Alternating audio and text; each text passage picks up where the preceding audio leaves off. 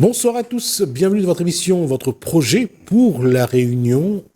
La semaine dernière, on parlait avec Jacques-Daniel Jeannette, bonsoir. Bonsoir. On parlait de l'identité réunionnaise. C'est cela même. Et de cette façon qu'on a de se regarder.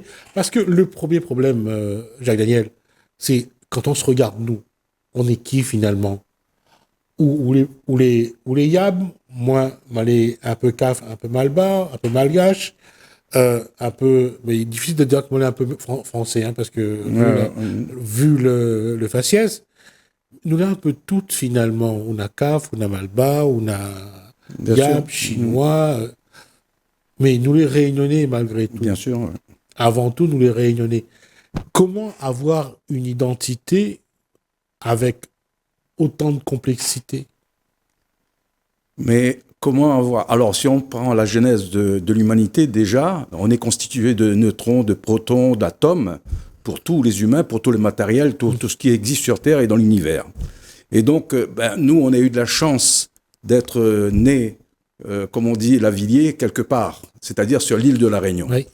Et je pense que l'île de la Réunion, c'est un modèle pour l'humanité, dans le fait, c'est rassembleur, puisque là, il y a beaucoup d'ethnies ou de gens des différentes contrées qui sont venus au fur et à mesure et qui ont agrémenté justement cette richesse humaine. Ce qui fait que tout compte fait, voilà, on est là et on est heureux d'être là. Par contre, il y a une évolution, bien entendu, et cette évolution, il faut que tout un chacun prenne conscience que nous sommes à La Réunion, étant réunionnais, nous sommes riches. Riches parce qu'on a une diversité. Oui, mais il y a un problème. Oui. Je suis d'accord sur la posture, Jacques-Daniel Jeannette. Je suis d'accord sur la posture. Mais le problème que nous avons est d'abord mental et psychologique. J'allais venir. Tout au long de l'histoire, on est soit esclave, soit engagé, oui, soit dans la misère. Et on a toujours travaillé pour... Je suis désolé pour le mot, pour le monsieur gros blanc. Comment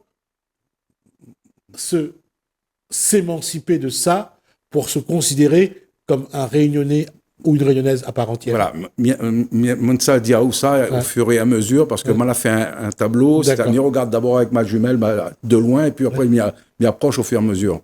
Mais comment émanciper? C'est-à-dire le fait qu'il faut, au niveau informer les gens. C'est très important, que ce soit à l'école, déjà à l'éducation, à la famille. Parce que moi, fait, par exemple, mon terre en Martinique, mais il me connaît que les parents martiniquais, ils ont dit à leurs enfants, laisse pas d'autre faire. C'est parce qu'on a subi l'esclavage et c'est fini. Alors, moi, m'a fait 2 ans là-bas, m'a discuté donc avec les Antillais, en général, et en particulier Martiniquais, ils ont dit, mon papa, maman a dit, laisse pas d'autre faire par le blanc. Parce que nous, on a subi cet esclavage, parce que là-bas, c'est pas un métissage comme ici. Et donc, ils ont pris ça en compte. Et c'est pour ça, d'ailleurs, on dit, putain, un Martiniquais, il donne paquet. Nous, on donne moins paquet. Pourquoi? Parce qu'effectivement, il faut prendre la souche. On est métissés, la plupart. Donc, on voit bien la différence d'approche entre les gens qui ont subi l'esclavage et qui sont ancrés dans leur sang, dans leur corps. Et ensuite, les scientifiques, ils ont pris conscience aussi que ces gens-là, ils ont été dans la misère. On va leur donner... Le plaisir, mais c'est pas un plaisir, c'est un poison qu'on leur donne, parce que tout compte fait, on les empoisonne, et sachant que eux, ils sortent de cette misère dans leur sang, dans leur génétique, ça pose problème, c'est-à-dire, ils en profitent, ils disent, putain, mais ils en profitent maintenant, parce que... Et c'est ça, depuis les années 70, 78, à l'arrivée la première grande surface à La Réunion, on voit que le Réunionnais a perdu beaucoup de ses valeurs morales, mentales, psychologiques, parce que le plaisir est arrivé et pouvoir manger à sa faim. Je ne peux pas critiquer parce que tout au long de l'histoire, beaucoup d'entre eux, surtout eux et leurs parents, leurs grands-parents, leurs ancêtres, ont vécu dans une misère permanente. Et lorsque d'un coup ils ont pu manger à leur faim, je peux comprendre qu'à un moment donné, ça a été une délivrance. Bien sûr. Non, mais ça, il y a pas une critique en soi à faire non plus. On fait un constat simplement. On peut constater au fur et à mesure du temps, de l'évolution du Réunionnais, que effectivement cette cette nuisance qui est venue de l'extérieur, je veux dire, par l'apport massif des choses qui a trait à superficielles, oui. qui emmène effectivement il amène beaucoup de mauvaises choses dans le fait qu'il y a des bonnes choses, il faut retenir, mais il y a aussi la plupart des mauvaises choses. Par exemple, au niveau de la santé, on prédit les médicaments pour un rien, alors on va... Oui, ça, mais on a beaucoup stigmatisé l'alimentation réunionnaise aussi. On avait dit qu'on met trop de l'huile dans le curry, qu'on mangeait trop gras, et que ce qui était bon, c'est ce qui venait de l'extérieur. Bien sûr. Et on a formaté le Réunionnais à consommer ce qui vient d'ailleurs plutôt que ce qu'il a chez lui. Ça, c'est bien vrai aussi, mais c'est fait exprès tout cela, parce que tout compte fait, à travers le monde, moi, ça me prend les tripes. Pourquoi ? Parce que tout compte fait, un pays, des gens qui gèrent un pays, doit emmener son pays au mieux, l'élever. Et on n'a pas fait cela. On a empoisonné, moi je dis, on a empoisonné par les mots, on a empoisonné par la nourriture, on a empoisonné par le savoir-faire, par l'éducation. On a empoisonné, on rappelle quand tout compte fait à l'école, il y avait la morale. Ouais. On apprenait à la morale, c'était bien aussi, le respect. C'était les premières 30 minutes de cours du matin où on avait cette partie-là où on avait une discussion. Voilà. Et par contre, me rend compte que l'Africain, en général, il respecte les anciens. Ils ont toujours des coutumes. Nous, à La Réunion, je dis les cafres, ou bien les cafres, mais on n'a pas peur de dire, parce que ce sont des cafres. Ouais. Les Noirs, en général, ils manquent de respect aux vieux maintenant, parce que normalement, dans leur mentalité, il doit y avoir ce respect mutuel entre les parents qui respectent leurs enfants et les enfants qui respectent leurs parents. Et là, c'est une question aussi d'éducation. Tout part à la base. L'éducation est erronée, est plus bonne, est plus adaptée. Alors, je vais quand même rectifier un petit peu ce qu'a dit Jacques-Daniel Jeannette. On ne met pas tout le monde dans le même panier. Tout le monde n'est pas, je veux dire, irrespectueux vis-à-vis de leur heureusement d'ailleurs. Voilà, de leur famille. C'est vrai qu'aujourd'hui, quelle que soit la communauté, le Réunionnais, en général, est moins respectueux de ses parents, de manière générale, moins respectueux de ses parents.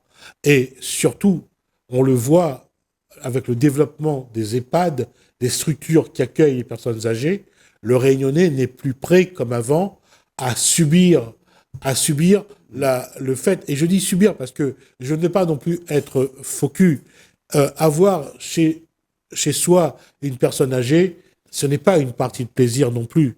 Mais avant, on faisait l'effort, on acceptait l'effort que ça demandait. Aujourd'hui, on n'accepte plus. Ouais, ça c'est sûr.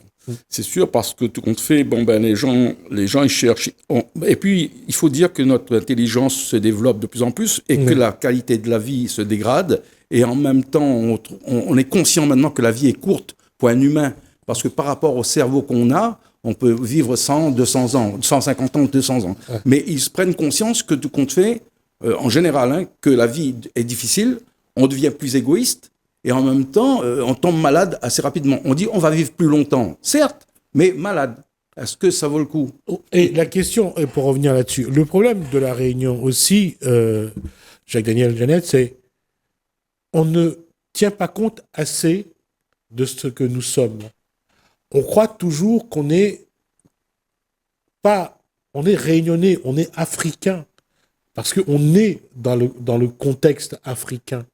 Et on a, malheureusement, et je le dis assez sobrement, on n'est pas en lien avec nous-mêmes. On ne regarde pas qui nous sommes vraiment, quels sont nos ancêtres, qui sont nos ancêtres, quelles sont nos façons de vivre. Et ça, on a oublié. Et justement, à partir des années, fin des années 70, quand arrive la grande surface, on va oublier totalement nos racines. Ouais. Et là, je fais un jeu de mots. On va arrêter de manger les patates, manioc, on va donner ça aux cochons, et nous, on va se jeter sur cette nourriture qui arrive de l'extérieur. On va oublier qui nous sommes. Comme on dit comme ça, si tu sais pas où tu vas, regarde par derrière. Regarde d'où tu viens. Regarde d'où tu viens. Et donc, c'est important. Oui, mais le monde, surtout nous, on le voit vraiment parce que c'est une petite surface. En métropole, des grandes contrées, on ne voit pas tout ça, ce changement. Nous, on le voit à travers les embouteillages, à travers la malbouffe, à travers la santé, à travers les personnes âgées. Là, il y a beaucoup de personnes âgées, de plus en plus. Ouais. Parce que quand on fait à l'époque, on faisait 7, 8, 10 enfants. Ces enfants ils ont grandi, puis ils ont vieilli. Ceux qui sont sortis du baby-boom, juste après la Deuxième Guerre mondiale, ils sont sortis du baby-boom. Ceux qui sont nés à partir de 1945-50 ont 70 ans de plus aujourd'hui, ça leur amène, ils sont à ce niveau-là. Et le progrès a fait que beaucoup sont encore vivants et arrivent. Et à La Réunion, pour certains, les chiffres divergent. Oui. À l'horizon 2030, c'est entre 100 000 et 200 000 personnes âgées à La Réunion, de plus de 60 ans. Je serai dedans également. Donc, il n'y a pas de souci. Mais la question se pose, c'est comment ça se fait que on n'a pas réussi à préserver justement cette identité qui est la nôtre. Même s'il y a eu cette évolution, je dirais naturelle, pourquoi on n'a pas réussi à préserver notre identité? Parce qu'il y a plusieurs facteurs de cela. Le plus grand facteur de cela, c'est la migration de l'île. Quand on est petit, c'est facile d'en profiter sur le petit.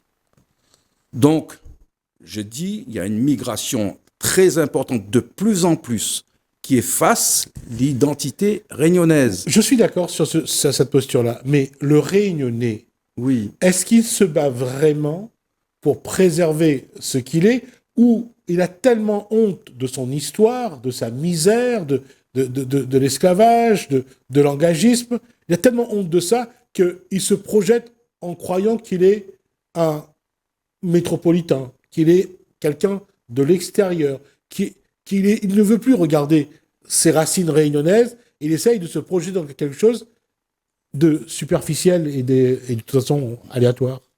Mais c'est dû au matériel qu'on donne au fur et à mesure. Je veux ressembler à l'Européen, je veux ressembler à l'Américain, et puis voilà, et nous on est petits, est-ce que si je me dis que je suis réunionnais, est-ce que je viens même passer, ainsi de suite. Donc, ils ont peur de leur identité dans le fait qu'on ne leur a pas donné aussi cette éducation au départ.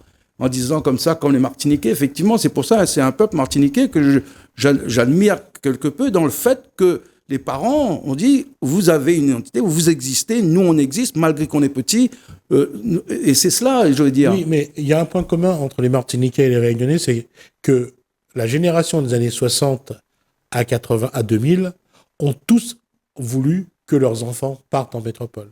Enfin, en tout cas, un grand nombre. Une bonne partie. Et malgré tout, je ne sais pas chez les Martiniquais, mais on voit chez les Réunionnais qu'il y a une bonne partie qui reviennent à La Réunion, et qui essayent de retrouver cette identité, justement. Je ne sais pas pour les Martiniquais, mais on voit que le Réunionnais, il y a une partie des Réunionnais qui essayent de retrouver leurs racines, savoir qui ils sont. Parce que, bon, après, il y a une comparaison à ne pas faire dans le fait que les Martiniquais, en général, c'est Amérindiens, ils viennent d'Afrique, et en même temps, ils voient qu'ils sont Américains noirs. Oui. Il y a les acteurs, tout cela. Donc, c'est un phénomène aussi de société qui fait que tout compte fait, il y a une évolution énorme par rapport aux artistes qui écoutent. Donc, ça joue sur la mentalité des jeunes et qui grandissent au fur et à mesure et puis qui prennent des mauvaises habitudes et qui oublient justement leur histoire. Hein, leur passé, c'est pas leur passé, mais leur histoire, le fondement vraiment de leur identité. Et c'est ça qui est très important à La Réunion. On devrait justement remettre ça à l'école pour que les enfants de bas âge puissent s'identifier à cela. Et là, vous allez parler de la cuisine. Mais la cuisine créole, effectivement, c'est une bonne cuisine. Et qu'est-ce qu'on a fait avec? On a mis les fast-food. Les fast-food, et les gens, ils vont sur les fast-food. À la rigueur, là-dessus, moi, je ne critique pas l'évolution. Les fast-food, ils ont leur place. Chaque individu a sa place sur la terre réunionnaise et chaque acteur économique a raison d'essayer de créer son projet. Là, je reviens à ce que je disais tout à l'heure. C'est chaque Réunionnais qui, à un moment donné, n'arrive dans ce flot d'évolution, oublie qui il est, ne va pas à la recherche de ce qu'il est pour comprendre comment il doit avancer. C'est de notre responsabilité. C'est de la responsabilité de chaque réunionnaise, de chaque réunionnais. Oui, mais je suis d'accord avec vous, M. Ramoudou. Oui. Parce que tout compte fait, nous, on a un certain âge. Oui. Aller parler aux jeunes de cette façon. Je suis d'accord.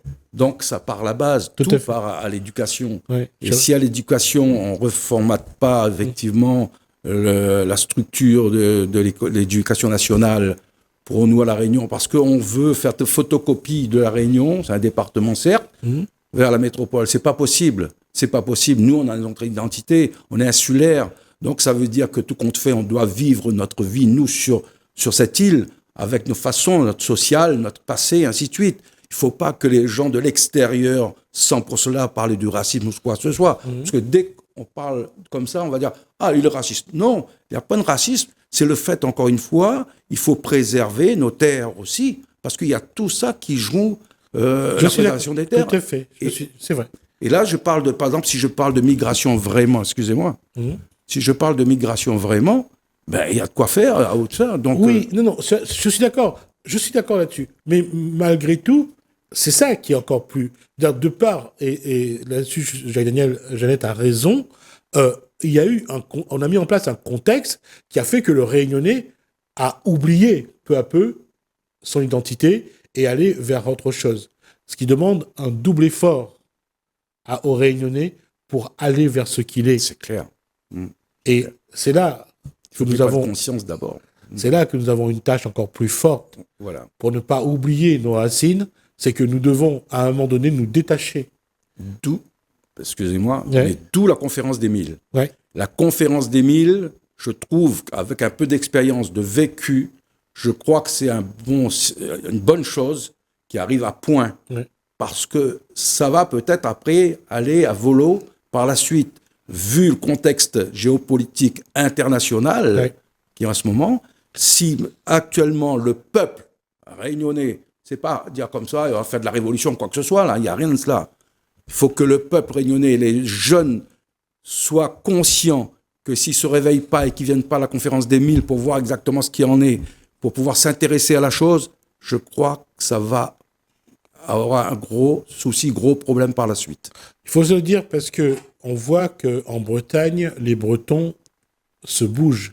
Les Bretons réclament leur identité. Aujourd'hui, les papiers administratifs sont en breton. En Corse, les Corses font tout pour préserver cette identité-là. Les Alsaciens, pareil. Moi, ça m'a surpris de savoir que les Alsaciens vivent... Non, c'est les Bretons qui ne payent pas les autoroutes. Oui. Non, parce que De Gaulle, c'est la suite de Gaulle, ça.